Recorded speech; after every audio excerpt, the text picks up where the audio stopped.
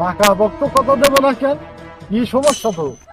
বা তুমি যে মেয়ে দেখিছো, সে গুণবতী, রূপবতী, স্বাস্থ্যবতী সব ঠিক আছে, কিন্তু আমি যে মেয়েরে ভালোবাসি সে তো আব্বা গর্ভবতী। এদিকে আস, এদিকে আয় তো।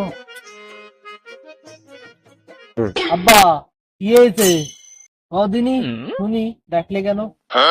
বলছি কি, তোর জন্য আমি একটা মেয়ে দেখে আইছি। ঠিক আছে, মেয়েটা বংশগত ভাবে খুব ভালো। তাছাড়া মেয়েটা খুবই রূপবতী, গুণবতী, স্বাস্থ্যবতী। তার এমন কোনো দিক নেই যে বাকি আছে, সব দিকই সে একে। এখন আমি চাই তুই ওই মেয়েটারে বিয়ে কর। আব্বা মেয়ে দেখে আসলে আমার আবার এদিকে একটা প্রেম আছে, এখন কি করা যায় আব্বারে? হ্যাঁ, প্রেম তো একটা করেছি। এত বিড় বিড় করে কি করছিস? বললাম যে মেয়ে হচ্ছে গুণবতী, স্বাস্থ্যবতী, রূপবতী। আবার কি সমস্যা? হ্যাঁ, বিয়ে তোর করতেই হবে। আমি যখন কথা দিয়েছি, পাকা পক্ত ভাবে আমি কথা দিয়ে আসছি, বিয়ে তোর করাই লাগবে। তুই যেদিন কোস বিয়ে করতেই হবে।